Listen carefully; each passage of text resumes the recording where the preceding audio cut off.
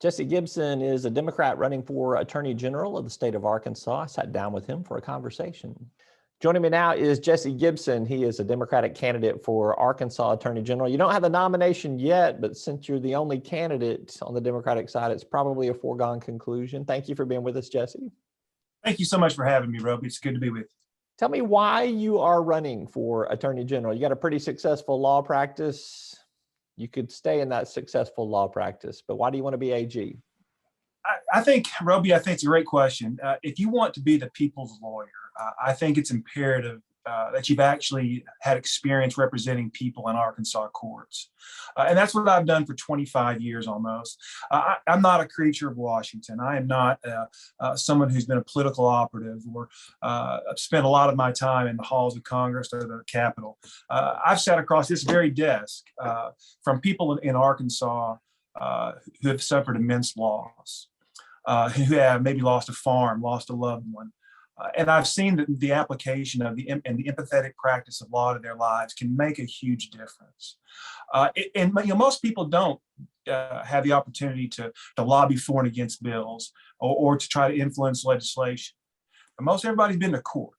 And I think this office provides a unique opportunity to make positive change in the 3 million Arkansans' lives, probably more so than any other office. And I'm committed to that change. It's what I've done my entire professional career in serving others. I follow you on Twitter. You're active on the campaign trail. You've been getting around the state for several months now. What's the most common thing that you're hearing from people when you're out there shaking hands?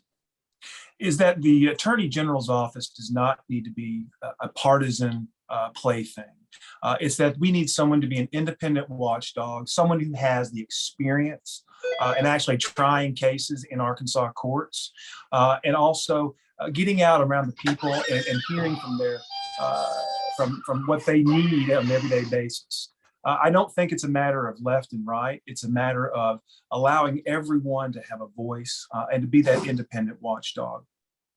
Sounds like you'll be a little different in terms of your operation than the current Attorney General, who has been active on some partisan fronts as it relates to the Biden administration, schools and mask mandates, environmental issues, immigration. Are you not going to weigh in on anything happening at the federal level? Well, I think that there's a really a strong way that you can overuse the office, and there's a way that you can go beyond the bounds of what people find acceptable. You mentioned earlier what people say out on the campaign trail. What I've heard so much of is disdain for the efforts from our former or our current Attorney General in challenging the elections in other states.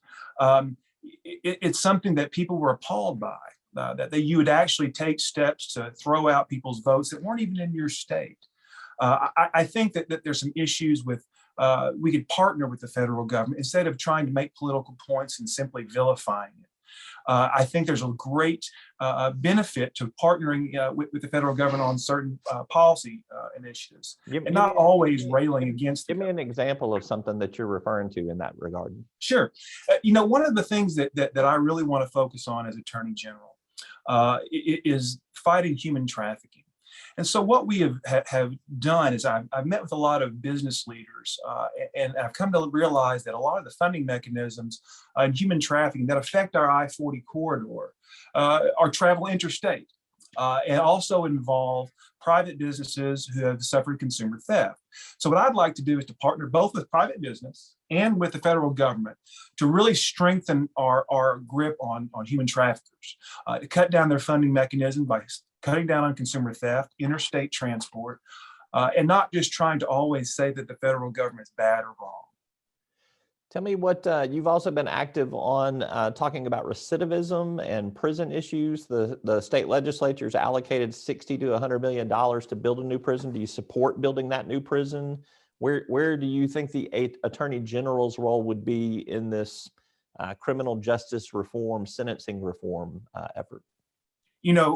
I think that my position echoes very much the director of the ADC and also the editorial board of the Arkansas Democratic Gazette. I do support prison expansion.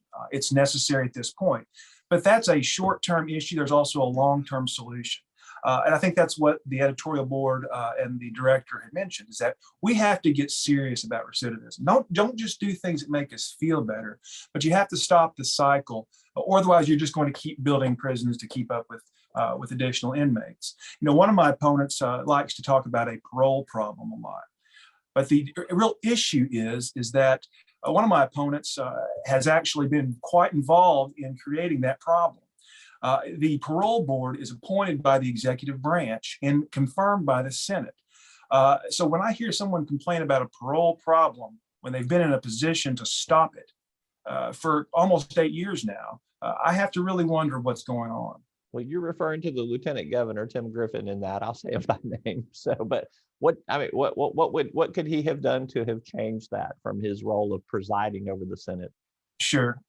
As the number 2 part in the executive branch, you could always have influence, have suggestions, people that you could think would be better on the parole board.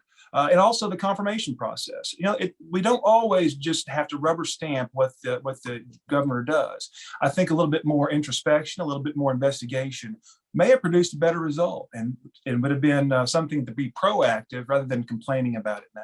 All right. So last question for you, and last question on this topic too. So just what would you advocate as Attorney General to change to get a better handle on the parole problems that we have and the crime problem that we have? What could we do from a policy perspective? Great question, because I often refer to it as a supply and demand issue. We have to be tough on crime, no doubt, but we also have to be serious about our programs that educate and assimilate people back into society. I think that's what the Director Graves had mentioned in his comments to the legislature. We have to have serious discussions about what programs actually work to cut down recidivism. We don't have to always just continue this issue of expanding prisons until we get a grip on true educational programs, true assimilation programs, and do things that actually work. You know, there's the same opponent that we've talked about has had multiple votes in Congress that have cut funding to police, cut funding to the military. It's the issue of priorities and not politics. All right. Well, we'll let him defend his record when the time comes for that. This gentleman is Jesse Gibson. He is the Democratic candidate for Arkansas Attorney General. Appreciate your time today. Thank you so much, Roby. Anytime.